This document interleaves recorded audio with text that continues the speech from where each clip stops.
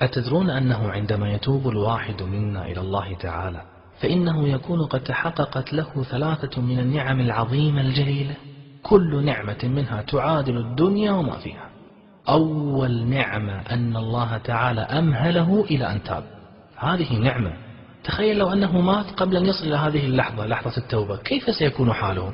ماذا سيقول الملائكة في قبره؟ مصيبة. لكن الحمد لله أنه تدارك نفسه وتاب، والحمد لله أن الله أعطاه من الأيام ما أوصله إلى هذا اليوم السعيد الرائع، الحمد لله.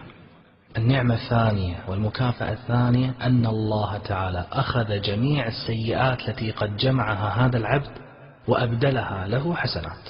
نعم، مكان كل سيئة حسنة. أتى رجل إلى النبي صلى الله عليه وآله وسلم فقال: أرأيت من عمل الذنوب كلها ولم يترك منها شيئا، وهو في ذلك لم يترك حاجة إلا أتاها، فهل لذلك من توبة؟ تخيل، فعل جميع الذنوب.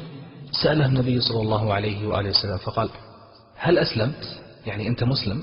قال: أما أنا فأشهد أن لا إله إلا الله وأنك رسول الله.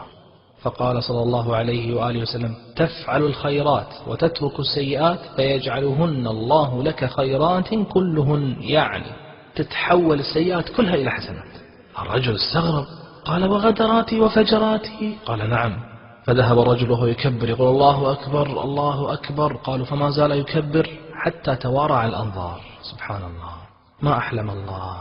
طيب، بقيت النعمة الثالثة ما هي؟ لا، سامحونا فلنؤجلها إلى الرسالة القادمة.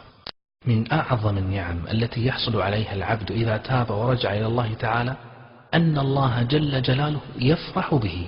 نعم، يفرح به إذا تاب ورجع إلى ربه. الله يفرح بي؟ أنا؟ من أنا حتى يفرح الله بي؟ لماذا يفرح الله بي أصلا؟ الجواب: ربنا سبحانه يفرح بتوبة عبده لسبب، وهو أنه سبحانه كريم، ولا يوجد من هو أكرم منه، وهو سبحانه يحب الكرم جدا. يقول أهل العلم: محبة الله للجود والكرم والعطاء فوق ما يخطر ببال الخلق، ولهذا فإن فرحه سبحانه بالعطية أشد من فرح الآخذ الذي يأخذ هذه العطية. فإذا تاب التائب إلى الله تعالى فقد أذن له بأن يدخل جنة عرضها السماوات والأرض، وهذه هي أعظم عطية يعطيها الله عز وجل لأي عبد. فإذا تاب العبد فرح الله تعالى بأن عبده وحبيبه سيدخل إلى هذه الجنة. وسبحان الله، سبحان الله، كيف أن فرح الله بتوبة العبد أكثر من فرحة العبد بتوبته إلى الله، مع أنه هو المحتاج والله هو الغني.